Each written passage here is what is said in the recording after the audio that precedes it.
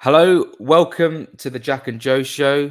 Joe Sansom alongside me, and it's a disappointing video this because we obviously lost against Chelsea, 2 goals in a matter of something like 80 or 90 seconds. Basically took the game away from us, Joe. And apart from that, how are you? Apart from that, I'm just swell. I'm fine. But ultimately, that happened. Um, we'll get into the match. We've got a few things to get through first and a few announcements as well. But firstly, we just want to say again to reiterate that for the 23-24 season, Fulhamish is sponsored by Green King Sport, where football is more than a game. We obviously just had our first televised fixture. It was a shame that was the result, but Green King Sports venues are showing every televised Fulham fixture over the course of the season. The next one obviously being Spurs away in a couple of weeks after the international break. So instead of turning into a dodgy stream, you can get your mates together, get down to your local Green King pub and get closer to the action. Yeah, and Green King has just recently launched the Green King Sport Instagram page, which will be home to fan content, deals, competitions throughout the season. Drop them a follow, and you'll be helping out Fulhamish by doing that as well. If you want to go to a Green King pub this weekend, what is on the box? It is Luton v Spurs in the early game on Saturday. And then we have the late game at Sellers Park between Crystal Palace and Nottingham Forest. And then the Sunday, the early kickoff is Brighton hosting Liverpool. And then the big one, 4:30, Arsenal, Manchester City, Joe. What a cracking game that will be. Yeah, great weekend of football altogether. And one of those games is obviously Fulham Sheffield United, which we'll come on to preview. And another exciting piece of news that after the Sheffield United game at the Half Moon pub in Putney, we'll be having a live podcast recording for Fulhamish, which will feature a special This Will Catch On segment. We'll also have a special guest in Marcus Speller, who's host of the Football Ramble. We've got a link to the tickets in the description if you'd like to attend. We've had a few of these now over the years, and they've always been great fun, and it'd be great to see as many of you there as possible. But that will be after the game on Saturday. Yes, the last one we did was against Leicester. I was on the panel, and it was really good fun. Really good fun to go down. It was lovely to see the support in person and sort of get everyone sort of involved with this or that. This will catch on, and in the the fallout from the game, which was a great win, of course, 5-3 at the time. On a slightly more somber note, on the 16th minute of the game against Sheffield United, there will be a minute's applause for Freddie Haynes, who very, very sadly passed away earlier last month. It's terrible, terrible news. We've shared it on social media, so hopefully we give him a really good round of applause. 16th minute against Sheffield United, and yeah, it's terribly sad. So young, so rest in peace, Freddie Haynes, and yeah, and obviously it's just terrible news, and our thoughts are with his family and friends at this really difficult time. Joe, we'll get on to the football. Chelsea at home, everyone was up for it. You were up for it. I was up for it, but not the result. And in fact, after a couple of minutes when Armando Broja went round the keeper and missed, I was thinking, well, Chelsea are on our tails here. They're pressing us high and they're causing us to make mistakes, and that's proved to be sort of why we sort of fell apart in that first half and why Chelsea took advantage. Yeah, we were all up for it in the stands, like you say, but I think it's fair to say that the players didn't seem to be. They didn't turn up on Monday, which is hugely disappointing. Our worst performance of the season, and I put that in. Despite the Brentford game, despite the Man City game, I think that we were our weakest on Monday by a country mile. This is not a good Chelsea team. I want to put that out there now. I thought Chelsea played very well on Monday. That's another caveat. And the best they played this season. I've seen them quite a few times, and easily the best they played. I do think part of that was just due to their individual talents starting to step up slightly, but I really think it was made very easy for them. And like you say, that early Broja chance, it's hilarious. You're all standing up going, away. Is it like balloons over the top of the Hammersmith end? At the same time, that's 1 minute, 30 seconds into the game, and he's clean through on goal when it was him versus about 5 defenders, ricocheting off everyone like one of those bloody pinball machines. It was ridiculous. And then Mudryk, a couple of minutes later, fired over as well. And ultimately, those were the warning signs which we needed to kick up a gear, and we didn't do it. And it all for me came from our midfield. Had some individual mistakes in the defence. The second goal, I don't think we need to go into too much detail. We've all seen it. We all know what happened. But from the start of the game, we were overrun in midfield. Gallagher, Enzo Fernandez, and Caicedo with Palmer just in front of them. I thought they had an absolute field day. It's partly to do with individual performances not being there, but at the same time, they knew how to nullify us, and they made sure that Polina was very stretched. He was very rarely sitting in front of the back four. He was being pulled all over the place, and he didn't have anyone else to cover. Reed was very poor on the day. Pereira was basically invisible. And ultimately, when you're going up against quality, like we saw, they can punish you, and they did. Such a shame the manner of the goals. Mudryk obviously getting his first, and I thought that he was very impressive for that first half before he got hooked at the break, presumably with a knock or an injury of some sort, or potentially fitness. But the second goal was so disappointing, and it killed off the game because, 1-0 down, you sort of think it's not out of the realms of possibility that we could come back here and even win it. 2-0 down, I'm thinking at the moment, Jack, I'm not super confident that we're going to score in a game, let alone score twice.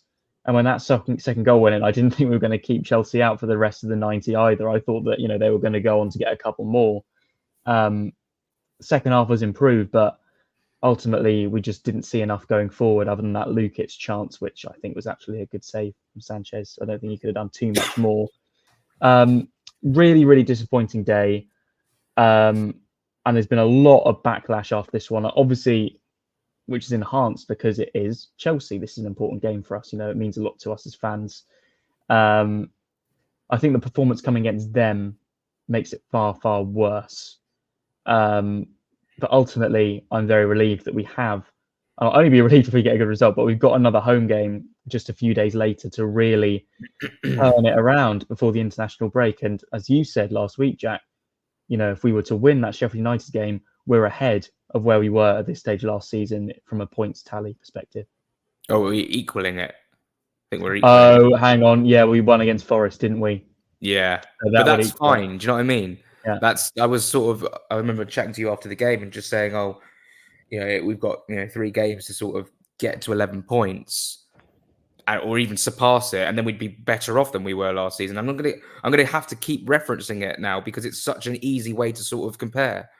As I said last week, but I don't think there's an issue in that as a fan to do that. I think he was asked about it in the press conference before the Chelsea game, Marco Silva, and he said, "Look, you can do that, but for me, it's a completely different season, completely different squad sort of, and opposition as well. So it, going forward, I will always be like, well, at this stage, we were on that and whatever. So just a word on the Chelsea game. There was a feeling in before the game where I was in the press room that Chelsea might just click into gear and just sort of have that performance that sort of gets rid of some anxiety that was going through their fan base at the time. I saw them in the week against Brighton and they were okay. But this was, I think we handed it to them on a plate, the way in which we sort of started the game. They obviously were very high energy with their midfield, and we just sort of didn't quite cope with it and never really recovered. And actually, I looked at their team sheet and thought, that's actually quite a good team. Despite, we were talking in, last week about no Jackson, no Gusto, no Lavia, and, loads, no Chilwell, loads of players who are out. But, you do spend all this money that they have spent all this money. And, despite all those injuries, they do have a good starting 11. I thought Cole Palmer was brilliant. I hate to sort of sit here and praise Chelsea, but I think they got it right on the night and we didn't. Yeah. And it's so disappointing because last week we were sat here really positive about the Norwich game and the Palace game. But the creativity from Fulham was, where was it? I honestly, it was so poor. Like you say, Pereira not involved whatsoever. Willian just again not up to scratch. And then he's posting, videos from the Chelsea fans, saying, "Oh, we love Willian still." It's just like, I get it. Well, I'm not surprised they still love him after that performance because I mean, I would have been about as effective on the left wing as he was, and I'm absolutely shit. I get the fact, he spent 5 or 6 seasons there. He probably had his best football of his career at Chelsea. So you're always going to sort of have that. But in a derby where the fans are sort of following you on social media, and you see the next day that it's not like, oh, we go again Saturday. It's just like, oh, here's a video of me, clapping the Chelsea fans walking off the pitch. Oh, it's frustrating. And then Anthony Robinson retweeting something on Twitter about. I don't must get have it. been a mistake, that one. I think. How can that you mistake a retweet? Because that's 2 clicks of a button. That's going retweet, yes, retweet. I don't get it. My concern with Robinson is more the fact that he can't pick out a white shirt ever than his bird app activities, or X app as we say now. And by the way, I mean, a word on the right hand side. We've just spoken about the left with Willian. Excuse me. The right hand side of Castagne and Wilson, I mean, equally anonymous. I mean, Castagne in the second half was actually very involved. So anonymous is the wrong word, but the amount of crossing opportunities he had to not pick out any white shirts in that second half was very poor. And ultimately, it didn't seem like an off day for anyone, which is just not really acceptable for everyone. Players can have an off day, a team can't have an off day, especially not when you're us. With the quality that we have, if everyone has an off day, we normally are going to get beaten quite convincingly, because the quality of squad compared to the likes of Chelsea, etc., they can turn it on. We need to have it on always, if that makes sense. Yeah. I thought Castagne was okay. Like you say, he was very involved in the second half, sort of bombing down the right. But we are missing Kenny Tete quite a lot. That's a cause for concern, Joe. And Tim Ream as well, dropping. But the thing is, I can't sit here and be like, Tim Ream was terrible. Tim Ream was that, because at his age, he's still performing at ridiculously high levels for a player who we basically were writing off. 4 or 5 years ago, we were in the Premier League under Slavici, Kanovic, Ranieri, and he who shall not be Scott Parker. But it's just like, there comes a time where you go, Ream's brilliant, and I love the fact he's still playing for us. But I think Calvin Bassey should now come into the team. As we transition into Sheffield United and ask for your team, I'm going to sort of headline this with Calvin Bassey needs to start alongside Diop. And then what other changes would you make? Because, realistically, there should be there's always an argument of, when you have a bad performance, do you change the team completely, or do you sort of pick and choose certain positions to sort of alter?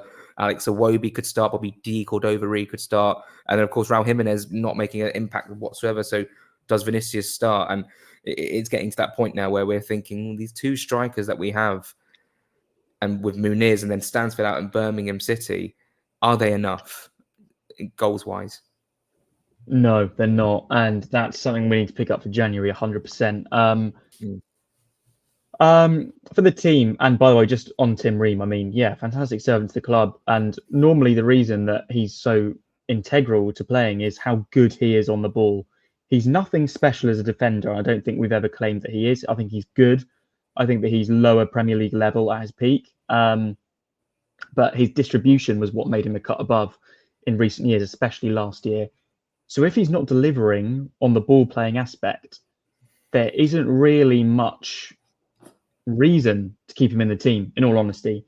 And I think that Bassey should come in, as you say. So my team for, I completely lost my head on Monday. I tweeted a team which I honestly reckon had about 9 changes from the one that started on Monday. I've slept on it a couple of times. I'm not going to go that dramatic, but I do think it should be Leno in goal as usual.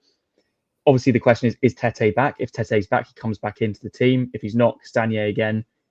Centre-back pairing, agree with Bassey and Diop, and Robinson at left-back. The midfield and up front is where the big changes come in, I think. I think Palhinha starts. I think that's a no-brainer. But I was really impressed with Lukic when he came on. I'd start him ahead of Harrison Reed. I'd equally start Iwobi ahead of Pereira. And then the front 3. I don't think Vinicius set the world alight when he came on, but I thought he offered more than Jimenez. So I'd start Vinicius. Should Vinicius have been sent off?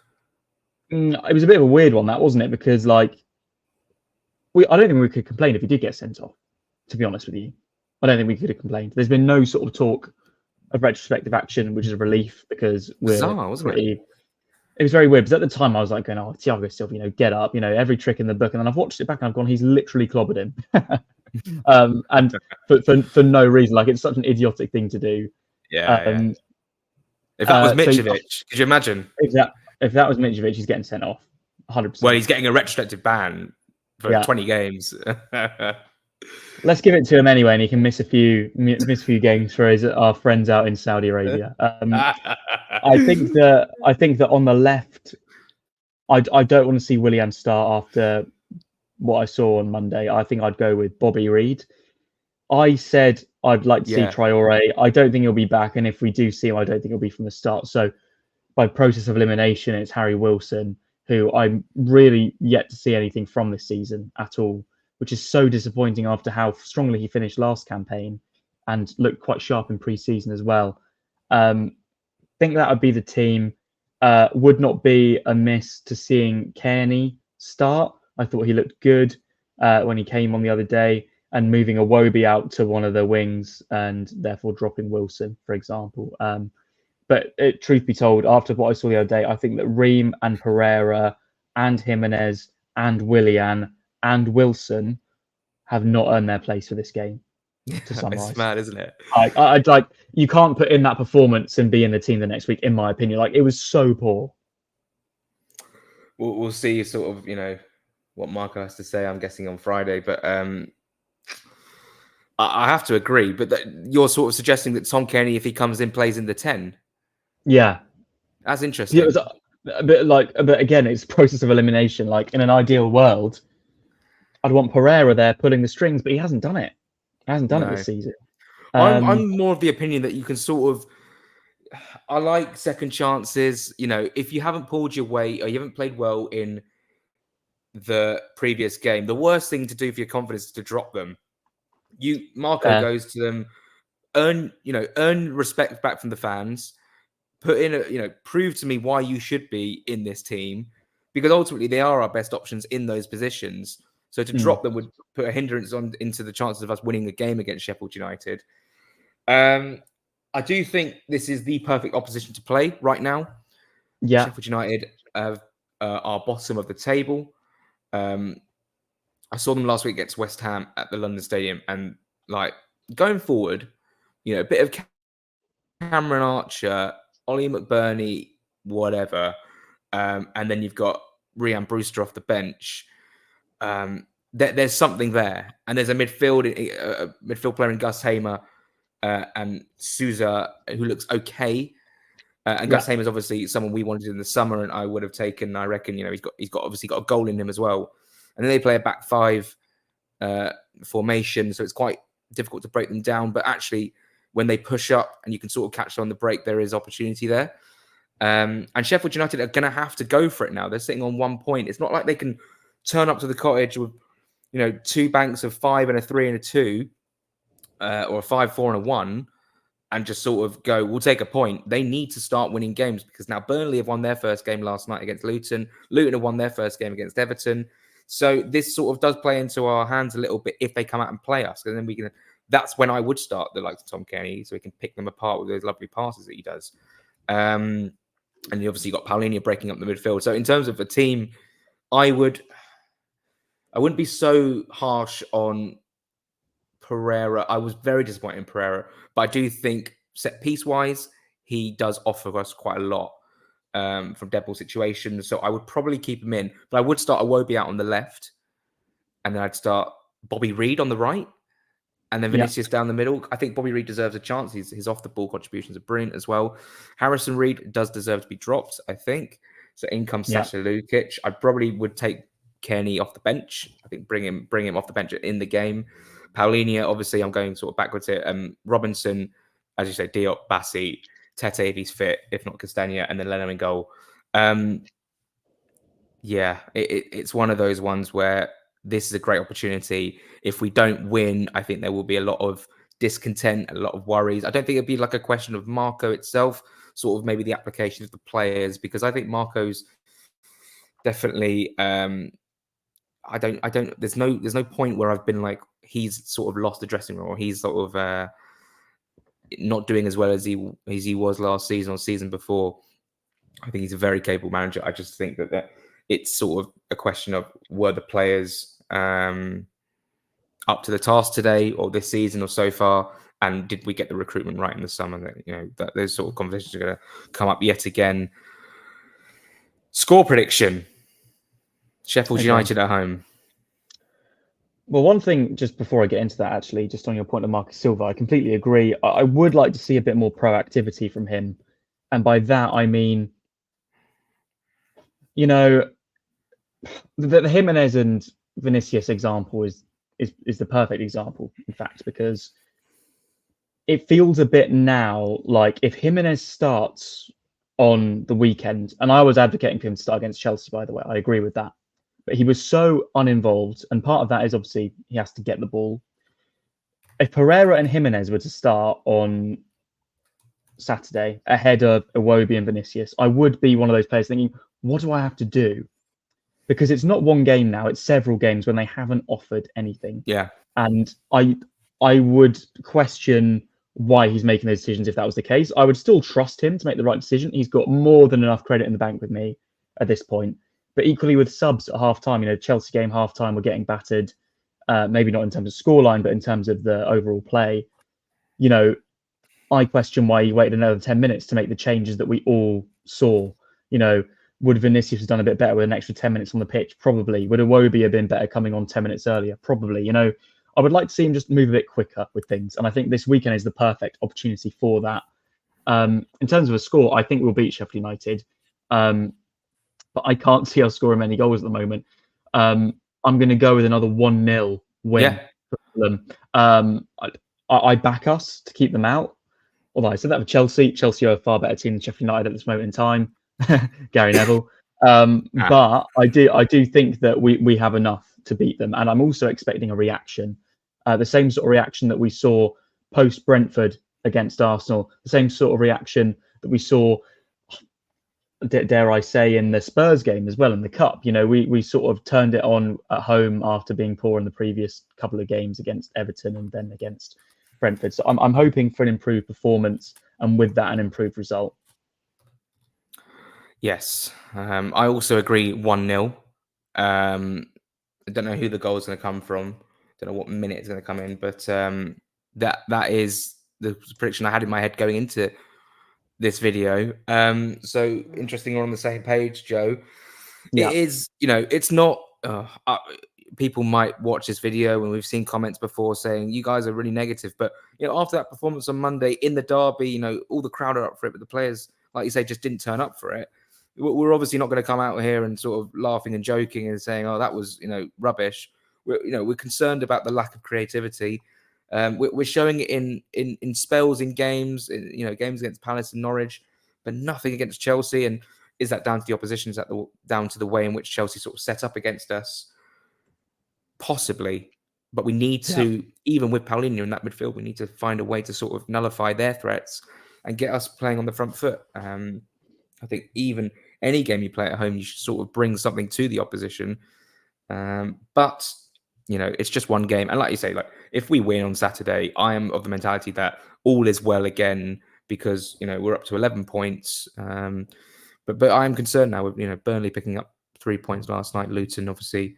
And obviously, if Blades win, we're in a whole load of Michael Trublay because suddenly we're not getting dragged into it as such.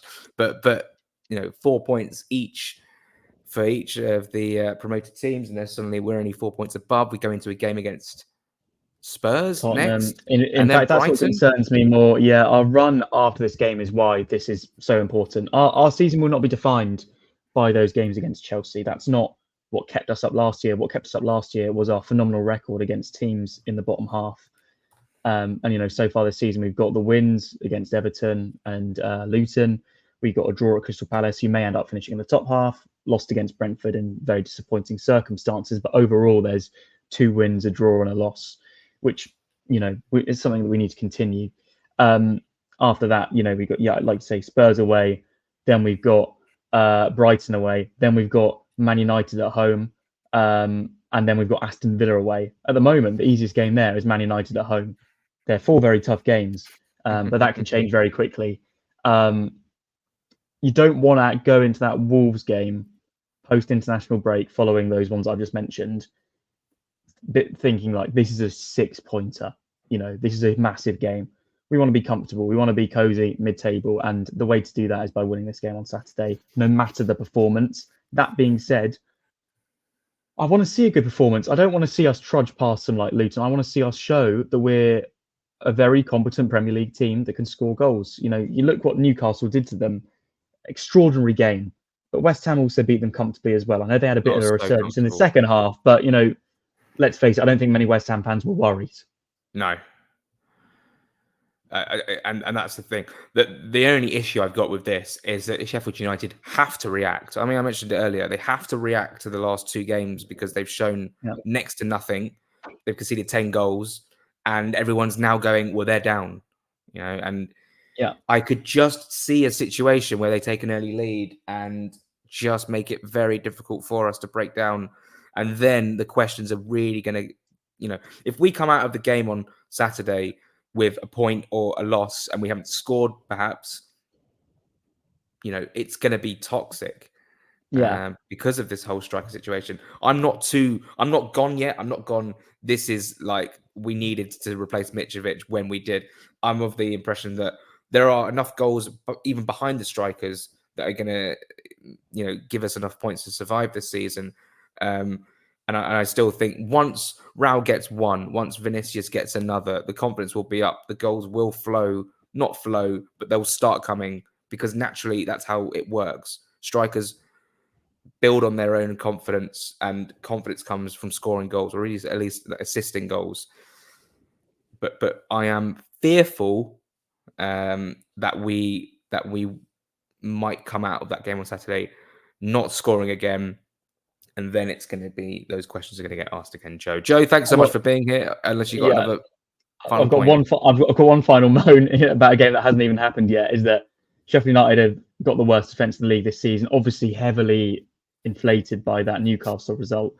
But they've let in 19, I believe, time of recording, which is a very, very poor and very leaky record. They haven't kept a clean sheet yet this season. We just need to make sure that they don't get any confidence throughout that game. We have to make sure that they're not going into it thinking, okay, this is where we turn this around. This is where we keep our first clean sheet. An early goal would do wonders because, like you said earlier, they'll have to come at us. And I do think that our attacking football is far better suited to playing on the break into space than it is when it's 2 banks of 4 or 4 and a 5, like you said. That's it. But Jack, thoroughly enjoyed talking about that and getting the Chelsea game off our chests. And to anyone going to the game or to the live show afterwards, enjoy it and fingers crossed it's a great result. Yeah, absolutely. I was just going to say, this could be the game where it clicks for us. You never know. We can come out of this with a 3-0 win. And everyone sort of goes, oh, you know what? That was promising. And after a poor performance in the week, we've responded well. Pereira played well. This is the thing. I keep mentioning Pereira because I want him to play well because I really like him as a player. And I think he's still got that sort of potential and that little spark in just behind the striker that is creative. And we like with Wilson, like with Pereira, we've sort of yet to see that so far this season. Joe, thanks so much for being here. It's been a pleasure. Yeah, thanks a lot, Jack. Thanks everyone for watching. Absolutely brilliant stuff, guys. Let's just hope that we go to the cottage. I'm actually going to be in my seat. Would you believe it? After I wasn't against Chelsea after a last minute change of plan. But this should be great fun. Big old Saturday, down at the pub, early doors, Craven Cottage, and then back to the pub, depending on the result. Joe, thanks so much, and come on, Fulham.